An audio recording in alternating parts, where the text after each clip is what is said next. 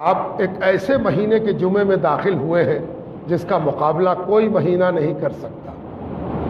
اور آپ ایک ایسے دن داخل ہوئے ہیں جو دنوں کا سردار ہے، اور رمضان کے دنوں کا جمعہ ایک ایسی بابرکت ساعت سے ہمکنار ہے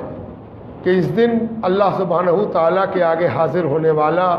یقینی طور پر اس کی مغفرت کا حقدار ٹھہرتا ہے، بخشائش کا سزاوار ٹھہرتا ہے۔ آج جو آ گیا ہے اسے لایا گیا ہے، اور جسے لایا جاتا ہے جب لانے والا اتنا قوی ہے کہ ساری خواہش اور ساری تمنا اور سارے عذر اور سارے ایکسکیوز کے باوجود لے آیا ہے، تو جب وہ لانے پر قادر ہے تو نوازنے پر بھی قادر ہے، وہ نوازے گا بھی۔ اس یقین کے ساتھ ہم اور آپ آئے ہیں۔ دوسرے یہ کہ آپ کو مبارک ہو یہ مبارک مہینہ جسے اللہ سبحانہ تعالیٰ نے ایسی فضیلت سے نوازا ہے کہ ایک حدیث پاک میں آتا ہے کہ اگر لوگوں کو ہم کو اور آپ کو صحیح اندازہ ہو جائے کہ رمضان کیسی نعمت ہے، رمضان کتنی بڑی نعمت ہے، رمضان کیسی مہربانی ہے، کیسا فضل ہے، کیسی عطا ہے، تو حضور پاک علیہ السلام فرماتے ہیں کہ امت دعا مانگے گی اللہ تعالیٰ سے کہ اے پروردگار ہم کو سالوں بھر رمضان میں رکھ۔ اتنی بڑی نعمت، اتنی بڑی عطا ہے، اتنا بڑا فضل ہے۔ تو آج مبارک ہو ہم کو اور آپ کو کہ ہم رمضان میں داخل ہو چکے ہیں، اور جمعے کے روز اللہ سبحانہ تعالیٰ کے آگے حاضر ہے جس نے رمضان جیسی مہربانی ہم پر کی ہے۔ جیسا کہ آپ دیکھ رہے ہیں کہ موسم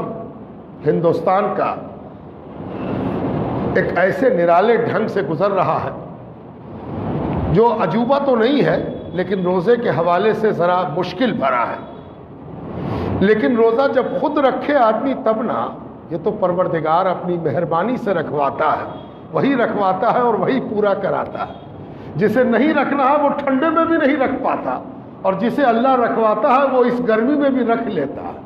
اگر رکھنا اپنی مرضی سے ہوتا تو کسی کو جاڑے میں روزہ چھوٹتا نہیں، ورنہ سب روزہ رکھتے۔ یہ اللہ تعالیٰ کی مہربانی ہے کہ وہ روزہ رکھوا لیتا ہے، حوصلہ دیتا ہے، طاقت دیتا ہے، مدد فرماتا ہے، پشت پناہی کرتا ہے، اور روزہ رکھ لیا جاتا ہے۔ اس معاملے میں دو باتیں یاد رکھنی چاہیے، ایک تاریخی پس منظر اور ایک لغوی پس منظر۔ تاریخی پس منظر یہ ہے کہ روزہ فرض ہوا تو سب سے پہلے مدینے میں ہوا، اس کے بعد روزہ پوری دنیا کے مسلمانوں کے لیے خبر پہنچتی گئی اور فرض ہوتا گیا۔ لیکن سب سے پہلے جو لوگ اس فرض کے مکلف ہوئے وہ کون تھے؟ جو سرکار دو عالم کے ساتھ مدینے میں رہ رہے تھے۔ جہاں روزہ فرض ہوا وہ دنیا کے گرم ترین علاقوں میں سے ایک ہے، اس لیے کوئی یہ نہیں کہہ سکتا کہ یہ تو ایسی جگہ پر روزہ فرض ہوا ہے جہاں موسم بڑا معتدل اور بہار کا رہتا ہے، وہاں روزہ رکھنا آسان ہے۔ نہیں، یہ مدینے میں فرض ہوا، اور عرب کے علاقے میں پہلے فرض ہوا، اور عرب کے علاقے سے جہاں جہاں مسلمان پھیلتے گئے وہ اس فرض کو لے کے آگے بڑھتے گئے، ساری دنیا کے مسلمانوں پر یہ فرض ہوا۔ لیکن عرب کا ریجن جہاں 50 ڈگری ایک معمولی بات ہے، 47 ڈگری، 48 ڈگری، 49 ڈگری، 50 ڈگری، یہ تو ہوتا ہی رہتا ہے، ایسی جگہ سے روزہ فرض ہوا ہے۔ اس لیے کوئی یہ نہ سمجھے کہ بڑی گرمی ہے، وہاں تو گرمی ہی پڑتی ہے، اور اسی گرمی میں روزہ فرض ہوا۔ یہ تاریخی پس منظر ہے۔ اب ذرا یہ لغوی پس منظر کہ اس کو رمضان کہتے کیوں ہیں، رمضان کہنے کی وجہ کیا ہے؟ کیا اس کو پہلے سے رمضان کہتے تھے، یا اللہ کے رسول نے جب روزہ فرض ہوا تو اس مہینے کا نام رمضان رکھا؟ یہ بڑا سوال ہے، علمی سوال ہے، جانکاری کے لیے بھی ضروری ہے۔ تو جب آپ اس کو جاننا چاہیں گے تو آپ کو معلوم ہوگا کہ رمضان ایک ایسا لفظ ہے جو رمضن سے بنا ہے۔ رمضن، رے میم زاد، اسی سے مشتق ہے۔ کہتے ہیں کہ رمضن ایسی گرمی کو کہتے تھے جو جھلسانے والی ہوتی تھی۔ اس گرمی میں اگر کسی چیز کو ڈال دیا جائے تو اس میں جتنی نمی ہوتی تھی، جتنی تری ہوتی تھی، جتنی ہیومیڈیٹی ہوتی تھی، وہ سب کی سب اس مہینے کی گرمی جلا کر ختم کر دیتی تھی۔ تری ختم ہو جاتی، خشک ہو جاتا تھا، جل جاتا تھا، مرجھا جاتا تھا۔ کون سی چیز جل جاتی تھی وہ مرجھا جاتی تھی؟ کہتے ہیں کہ عرب کا جو کلچر تھا اور اس میں جہاں جہاں کھجور یا تھوڑی بہت کھیتی ہوتی تھی، ان جگہوں پر رمضان کا مہینہ تب آتا تھا جب فصل کٹ جاتی تھی، فصل کاٹ لی جاتی تھی، اور فصل کا بچا ہوا حصہ جو زمین سے لگا رہتا ہے، جو ہم اپنے یہاں بھی دیکھتے ہیں گیہوں اور چاول یا دھان کے کٹنے کے بعد کچھ حصہ اس کا زمین سے لگا ہوتا ہے، اس لیے کہ زمین سے اس پودے کو اکھاڑا نہیں جاتا، کاٹا جاتا ہے، تو کچھ چیزیں زمین میں لگی رہ جاتی ہیں، اور کچھ چیزیں غلے کو ہٹانے، لے جانے، تھریسر پر لے جانے، غلہ نکالنے کے درمیان بہت سی چیزیں کھیت میں بکھر جاتی ہیں۔ اس میں کچھ پتے ہوتے ہیں، کچھ شاخیں ہوتی ہیں، کچھ دانے ہوتے ہیں، کچھ خوشے ہوتے ہیں، کچھ چھلکے ہوتے ہیں، کچھ گھاس ہوتی ہے، کچھ پھوس ہوتی ہے، بہت سی چیزیں جو کھیت میں پڑی رہتی ہیں۔ کہتے ہیں کہ رمضان اس گرمی کو اور اس گرم تھپیڑے کو اور اس گرم لہر کو کہتے تھے جو کھیت میں پڑی ہوئی بیکار چیزوں کو جلا کر خاک کر دیتی، جل کے جھلسا دیتی تھی، اس کی ساری ایٹھن نکال دیتی تھی، پھر وہ اتنی ہلکی ہو جاتی تھی کہ رمضان اس ہوا کو بھی کہتے تھے جو ایسے موسم میں ایسے ایٹماسفیئر میں،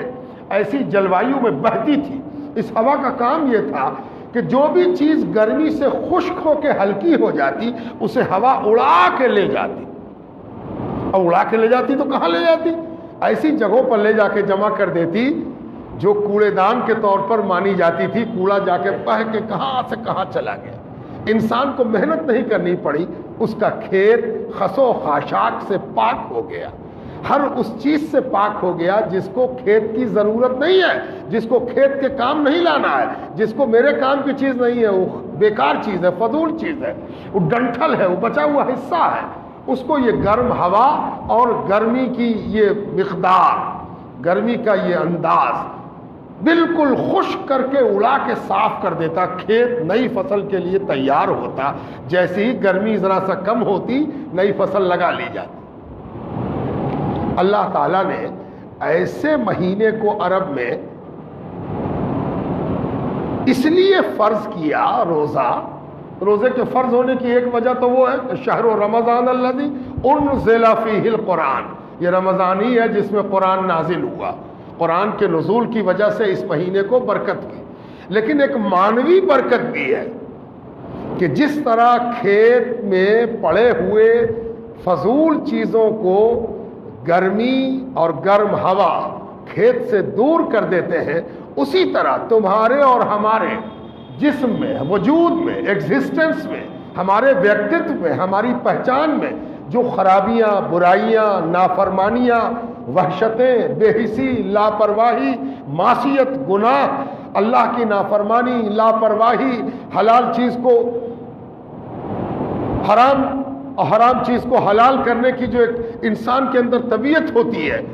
اور حرام چیز کو خود خوب حلال کر لیتا ہے، یہ سب جو گناہ انسان کر لیتا ہے، مکروہ چیز کو پسند کر لیتا ہے، یہ جو غلطیاں 11 مہینے کرتا ہے اور 11 مہینے برائی کرنے کی بنا پر، نافرمانی کرنے کی بنا پر اپنا وجود جو گندگی کا ایک مخزن اور منبع بن جاتا ہے، چاروں طرف گندگی ہے، اگر انسان احتساب کی نگاہ سے دیکھے تو اس کو اندازہ ہوگا کہ میرا ہر عضو نافرمانی کر چکا ہے، ہم کہیں بھول چوک کر چکے ہیں، ہم داغدار ہیں، ہم جگہ جگہ سے برائی کا داغ رکھتے ہیں، برائیوں کا ایک کر لینے کا ریکارڈ رکھتے ہیں، ایک سیار رکھتے ہیں۔ تو جب ہم اس احساس کو اپنے اندر ڈیولپ کریں گے تب محسوس ہوگا کہ جس طرح گرم ہوا آتی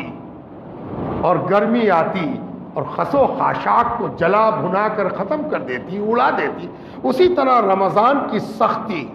روزے کی سختی، روزے کی خشکی،